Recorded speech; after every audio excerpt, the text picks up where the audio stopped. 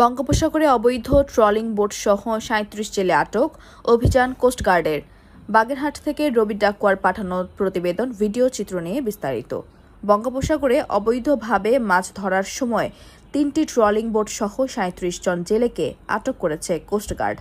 বরগুনার পাথরঘাটা সংলগ্ন সাগর এলাকায় অভিযান চালিয়ে তাদের আটক করা হয়। মংলা উপজেলা সিনিয়র মৎস্য কর্মকর্তা মোহাম্মদ জাহিদুল ইসলাম জানান, বুধবার ৪ মার্চ বিকেলে পাথরঘাটা সংলগ্ন বঙ্গোপসাগরে নিষিদ্ধ আর্টিসানাল ট্রলিং বোট ব্যবহার করে মাছ ধরছিলেন কয়েকজন জেলে। এ সময় কোস্টগার্ডের টহলরত জাহাজ সিজিএস সোনার বাংলা অভিযান চালিয়ে এফবি মায়ের দোয়া ২৭, এফবি সীমা ২ ও এফবি আসমা নামের ৩টি ট্রলিং বোট সহ ৩৭ জেলেকে আটক করা হয়। আটকের পর ট্রলিং বোটগুলো মংলার কোস্টগার্ডের পশ্চিম জোন সদর দপ্তরে নিয়ে যাওয়া হয়। সেখানে প্রাথমিক যাচাই বাছাই ও জিজ্ঞাসাবাদ শেষে বৃহস্পতিবার বিকেলে মংলা ফেরিঘাট এলাকায় এনে ৩টি ট্রলিং বোট ও আটক জেলেদের মংলা থানা পুলিশের কাছে হস্তান্তর করা হয়।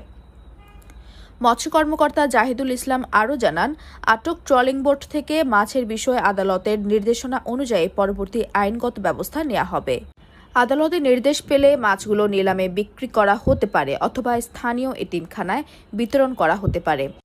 মংলা থানার পরিদর্শক মানিক চন্দ্র গাইন বলেন, কোস্টগার্ড আটক জেলে ও ট্রলিং বোট থানায় হস্তান্তর করেছে।